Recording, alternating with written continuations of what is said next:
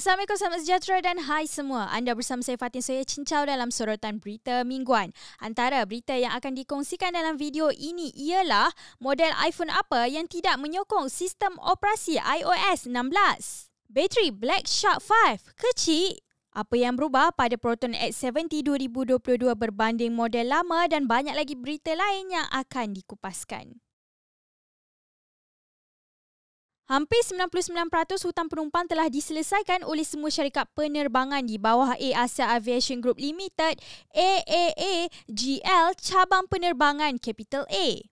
AirAsia juga kekal komited untuk selesaikan baki 0.8% permintaan bayaran balik akibat pandemik secepat mungkin. Syarikat di bawah AAAGL adalah AirAsia Malaysia, AirAsia Thailand, AirAsia Indonesia dan AirAsia Filipina. Ia menggunakan pesawat berbadan sempit seperti Airbus A320. AAAGL adalah berbeza dengan syarikat penerbangan jarak sederhana dan jauh AirAsia X dan Thai AirAsia X. Penyelesaian penuh masih dalam proses. Mereka ada rancangan yang kukuh untuk buat bayaran balik kepada semua yang terkesan sejak 2 tahun lalu berikutan COVID-19 dalam beberapa bulan akan datang. Anda rasa bila agaknya AirAsia X akan mula langsaikan hutang penumpang? Apple di WWDC umumkan pembaharuan pada barisan MacBook Air mereka. Apple juga hidupkan kembali MacBook Pro dengan paparan Touch Bar. Harga permulaan MacBook Air M2 kini RM1,100 lebih mahal berbanding generasi sebelumnya dari RM5,499. Rekaan badan MacBook Air M2 lebih tekal ketebalannya. Apple gantikan chip M1 dengan M2 yang katanya 18%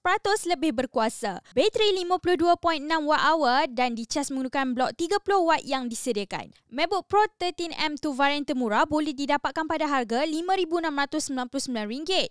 Ia diperkasa chip M2 yang dikatakan membawa 18% lebih prestasi CPU dan 35% lebih prestasi GPU. Apple katakan yang konfigurasi RAM boleh mencapai paras maksimum 24GB. Di bahagian bateri, ia dilengkapi sistem bateri 58.2 Wh dengan blok pengecas 67 Watt disediakan di dalam kotak. Banyak sebenarnya kemas kini pada MacBook Air dan MacBook Pro ni. Anda ada rancang ke nak naik taraf MacBook anda sekarang? Dalam WWDC 2022, Apple juga telah umumkan beberapa perkara yang akan tiba di perkhidmatan Apple seperti iOS 16. Tapi, sokongan peranti yang boleh gunakan iOS 16 telah dihadkan. 3 model iPhone telah dikeluarkan dari senarai sokongan iOS 16 iaitu iPhone 6s, iPhone 7 dan iPhone SE Gen 1. Jadi, model iPhone yang boleh naik taraf ke iOS 16 adalah dari iPhone SE Gen 2 dan ke atas. iOS 16 bawakan beberapa pembaharuan seperti skrin kunci boleh diubah suai, perkongsian galeri gambar iCloud,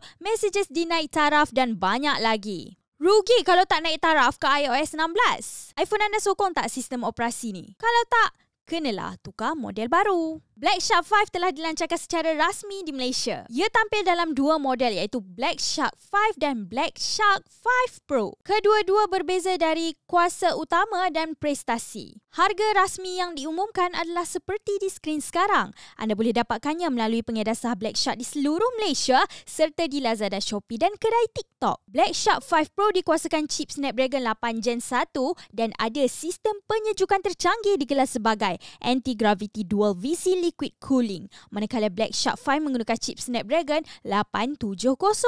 Lain-lain perkara adalah serupa seperti skrin OLED 6.67 inci, 144Hz, speaker stereo, bateri yang kelihatan agak kecil untuk telefon gaming iaitu 4650mAh dan kuasa pengecas 120W. Butang bahu magnetik dan skrin Magic Press juga ada di kedua-dua model. Spesifikasi kedua-dua model ni hebat, tapi bateri pula kecil. Kalau anda kaki game, apa perkara penting yang anda pertimbangkan sebelum beli telefon?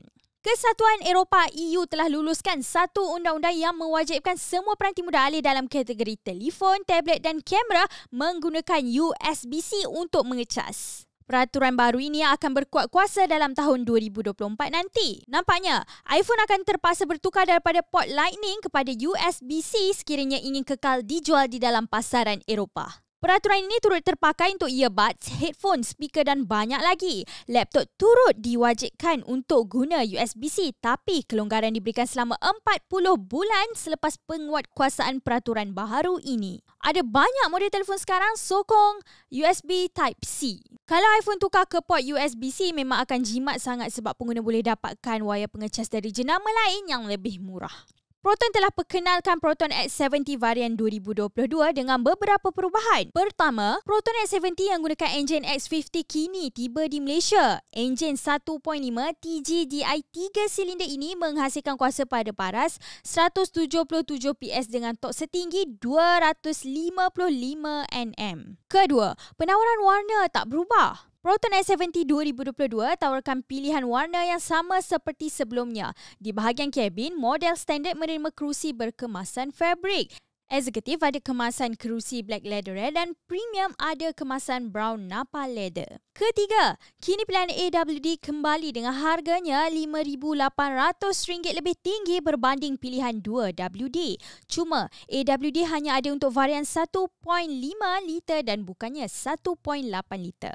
Keempat, ada beberapa perubahan kosmetik di beberapa tempat. Contohnya, di bahagian luar ada beberapa bahagian yang diwarna hitamkan seperti grill depan dan cermin pandang sisi. Ciri bumbung lut sinar ditawarkan untuk varian 1.8 TGDI Premium 2WD sekiranya anda perlukannya. Kelima, tiada naik taraf sistem keselamatan. Ia masih mengekalkan barisan ciri keselamatan daripada generasi sebelumnya iaitu Autonomous Emergency Braking, Adaptive Cruise Control, Lane Departure Warning dan Blind Spot Monitoring. Berikut adalah harga rasmi Proton X70 2022 di Malaysia. Harga ini masih tidak merangkumi insurans dan sah di Semenanjung Malaysia sahaja. Ia telah ditolak dengan SST sehingga 30 Jun 2022. Kereta ini juga dilindungi 5 tahun jaminan tanpa had perbatuan. Kereta api Tanah Melayu Berhad KTMB lancarkan perkhidmatan Skypark Link iaitu laluan kereta api KL Sentral dan lapangan terbang Sultan Abdul Aziz Shah LT SAAS Subang. Perkhidmatan ini pernah beroperasi tapi digantung seketika semasa PKP. Ia kemudian kembali beroperasi pada Oktober 2021. Kerajaan juga telah bersetuju mengurangkan harga tambang Skypark Link sebanyak 65% dari RM10 kepada RM3.50 sahaja. Diskaun konsesi sebanyak 50% bagi golongan yang layak masih lagi terpakai ke atas kadar baru ini. Lepas ni bolehlah pergi lapangan terbang Subang dari KL Sentral naik kereta api dengan harga yang murah. Sekarang ni ada banyak berita mengenai inflasi yang membimbangkan orang ramai. Jadi, macam mana anda guna dan uruskan wang anda sekarang untuk hadapinya? Anda tahu tak, beli benda yang boleh tolak cukai pendapatan adalah antara cara terbaik untuk gunakan wang. Jadi, anda bolehlah berbelanja sambil kurangkan pembayaran cukai. Untuk ketahuinya lebih lanjut, anda perlu baca artikel tips cara terbaik guna dan simpan wang untuk masa depan. Baiklah, itu sahaja perkongsian saya untuk video ini. Sekiranya anda mempunyai persoalan atau komen, sila nyatakan di bawah. Jika anda sukakan video ini, sila tekan like dan subscribe saluran YouTube saya Cincau BM. Ikuti kami juga di Facebook, Twitter, Instagram dan TikTok. Saya Fatin, saya Cincau. Kita jumpa lagi. Bye!